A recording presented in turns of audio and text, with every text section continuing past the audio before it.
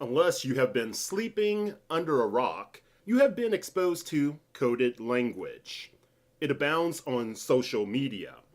If you are a thinking person, your ears will perk up when certain language is used. How something is said and what is not said can be very telling. So, when a white person with heavy conservative leanings says the word thug,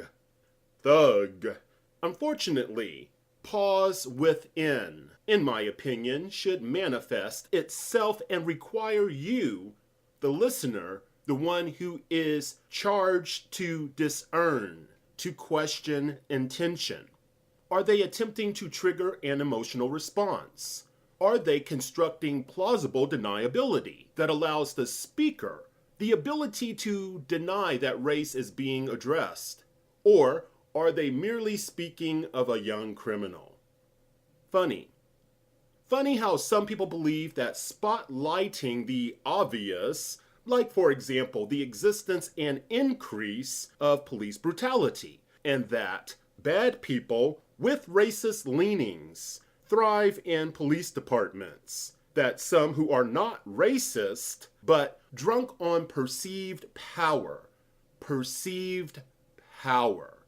freely operate.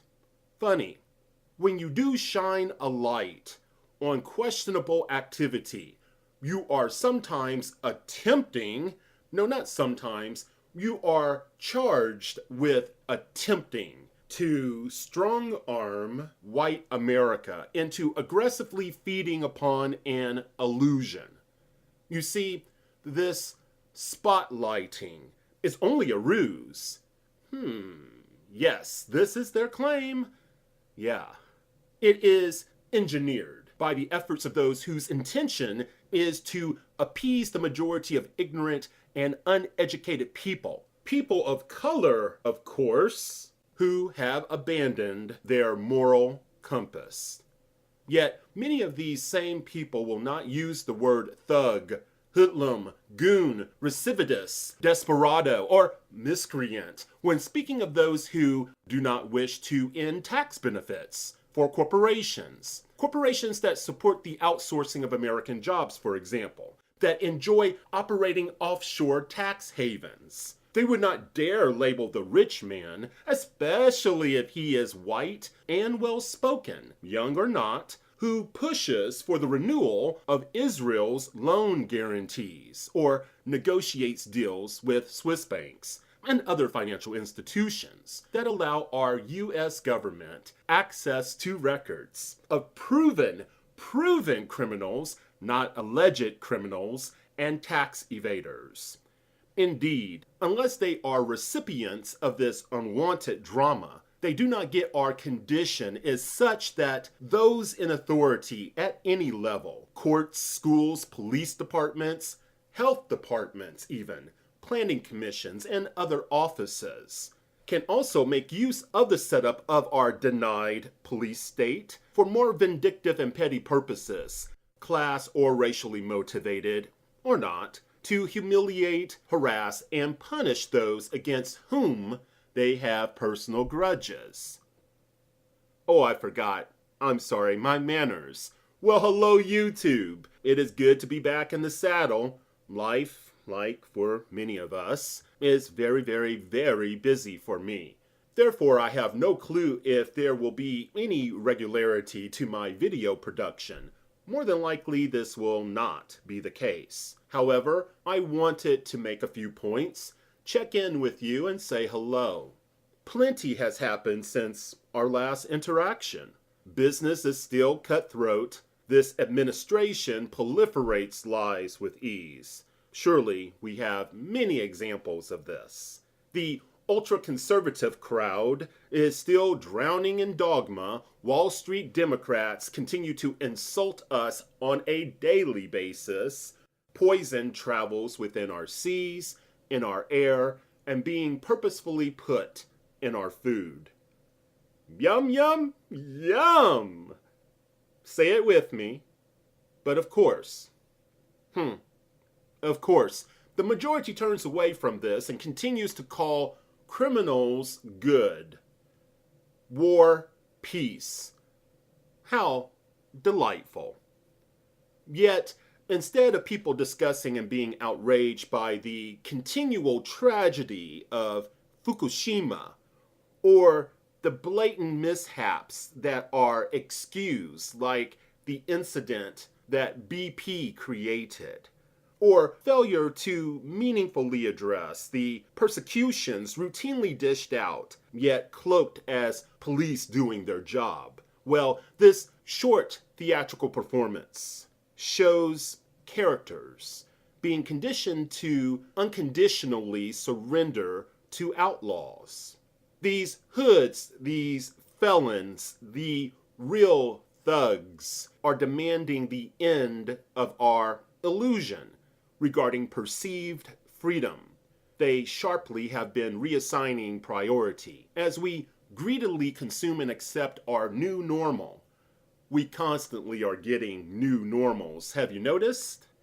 Not realizing death, yes, not an exaggeration, but death may soon be our only escape.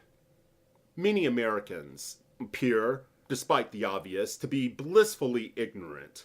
They think cases like the Michael Brown case is merely a battle between those who are willingly giving credence to the narrative surrounding a reported deceased thug versus a seasoned officer.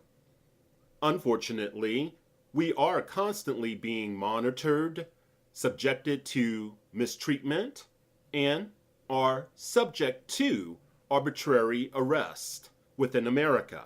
Yet, they refuse to admit the state of perpetual war our politicians have been orchestrating, all under the umbrella for the common good, via the sacred rule of law. I will not speak at any length of simple acts like a routine traffic stop turning unnecessarily violent.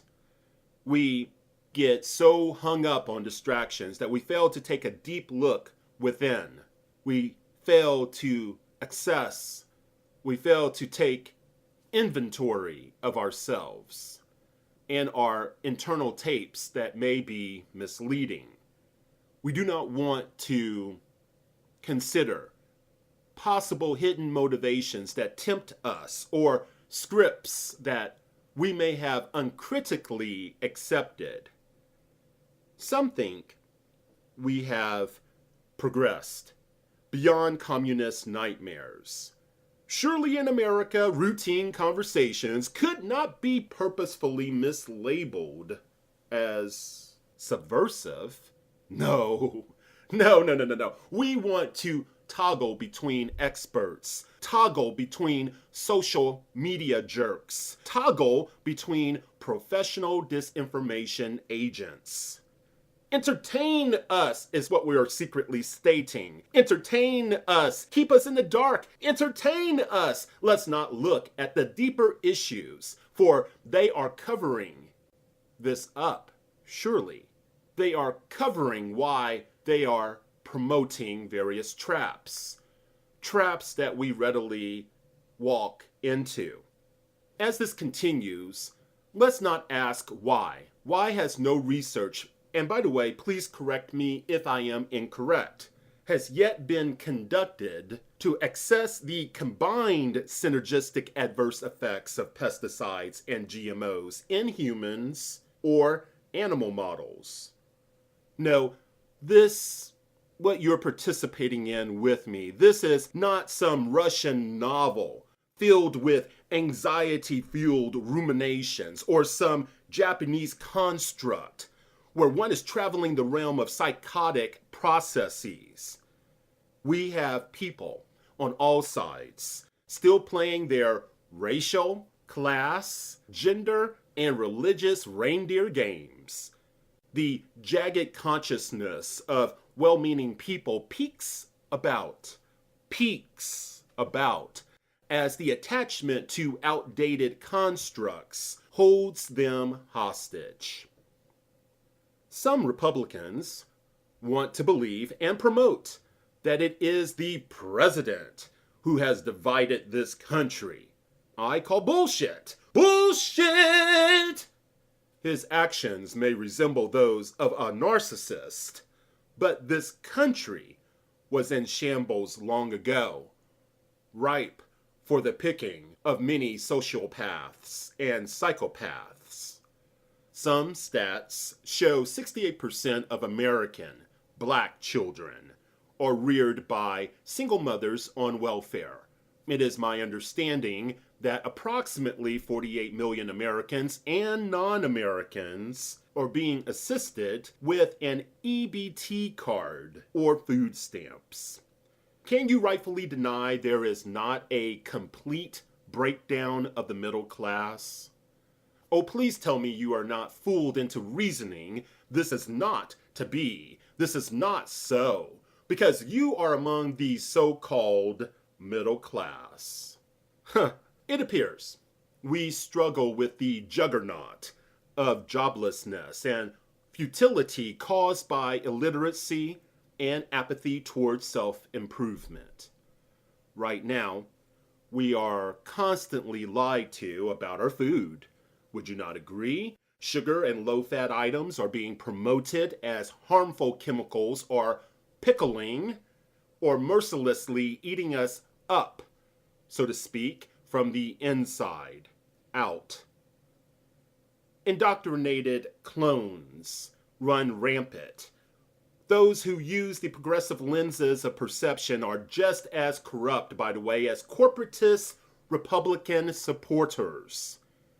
They think they can repair a paradigm that was never meant to be improved upon. Not in our favor, anyway. A paradigm where global acts of betrayal is the main game of the financial elites. How sad that they believe they